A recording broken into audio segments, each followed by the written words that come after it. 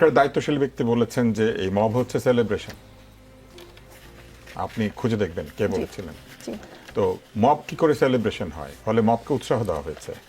যখন বাড়িঘর ভাঙতে গিয়েছে তখন দেখা গিয়েছে যে সরকারি যন্ত্রপাতি পর্যন্ত ব্যবহৃত হয়েছে এবং তারপরে বলা হয়েছে এটা গণপ্রতিরোধ, যেটা এইমাত্র আমাদের নওরোজ বললেন।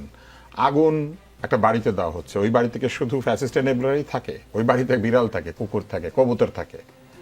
ওই বাড়িতে আপনি আগুন দিতে পারেন না। কোনো বাড়িতে আগুন দিয়ে ফ্যাসিজম প্রতিরোধ করা যায়? বরং বাড়িতে আগুন দেওয়া হচ্ছে ফ্যাসিজমের পুনরাবৃত্তি।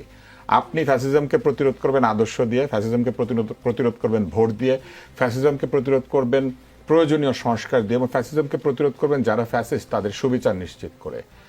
বাড়িতে আগুন দেওয়া কি সুবিচার? সামান্য আগুন এটা কি জিনিস? আপনি আমাকে বলেন, রানা প্লাজাতে ভেঙে পড়ে গিয়েছিল, রানা প্লাজার মালিক যদি আওয়ামী লীগ হতেন, আমরা কি বলতাম যে রানা প্লাজা ভেঙে পড়ে গিয়েছে, ভালো হয়েছে? কারণ ওখানে যারা চাকরি করতো তারা তো আর আওয়ামী লীগ করতো না। বরং আমরা দেখেছি তখন ফ্যাসিস্টের মন্ত্রী বলেছেন যে পিলার ধরে কেউ ঝাঁকিয়েছে। এই বক্তব্যগুলাই কিন্তু এক ধরনের ফ্যাসিজম। যখন আপনি আগুনকে বলেন সামান্য আগুন, আপনি যখন কারো বাড়িঘরে ঢুকে পড়াকে বলেন যে এটা হচ্ছে প্রতিরোধ, বাড়িঘরে ঢুকে পড়া তো গণপ্রতিরোধ না।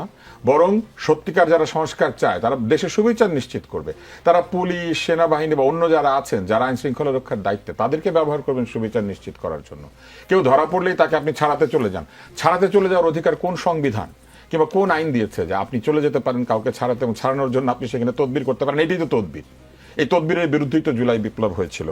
ফলে আমি মনে করি না যে কোনোভাবে ভ্যান্ডালিজম সহ্য করার কোনো জায়গা রয়েছে। কারণ বাংলাদেশের যে কোনো সরকার এবং সরকারি প্রতিষ্ঠানের প্রধান শপথ হচ্ছে জনগণের জান এবং মালের নিরাপত্তা প্রদান করা। জান এবং মাল এই দুইটা কোনো বার্গেনিং এর বিষয় না। আপনি যদি কারো জানের শত্রু হয়ে থাকেন, বিচার দিতে হবে, আদালত তাকে ফাঁসি দিবে নাকি তাকে কি করবে এটা আদালত সিদ্ধান্ত নেবে। আপনি জান কেড়ে নেওয়ার কে, কিংবা আপনি কারো মাল ধ্বংস করার কে? এই দুইটাই হচ্ছে আদালতের এখতিয়ারভুক্ত। আদালতের এখতিয়ারকে উড়িয়ে দিয়ে নিজেদের হাতে এখতিয়ার নিয়ে নেবেন আর বলবেন যে এটা সুবিচার, এটা গণপ্রতিরোধ, এইটা ফ্যাসিস্টদের বিরুদ্ধে সংগ্রাম। বরং এটা ফ্যাসিস্টেরই আচরণ। ফ্যাসিস্ট এই আচরণ করে সারা দুনিয়াতে।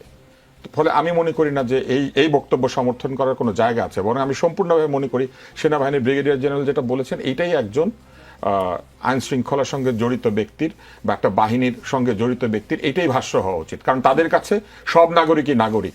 নাগরিকের বিচার হবে আদালতে, নাগরিকের বিচার তো রাস্তায় হবে না।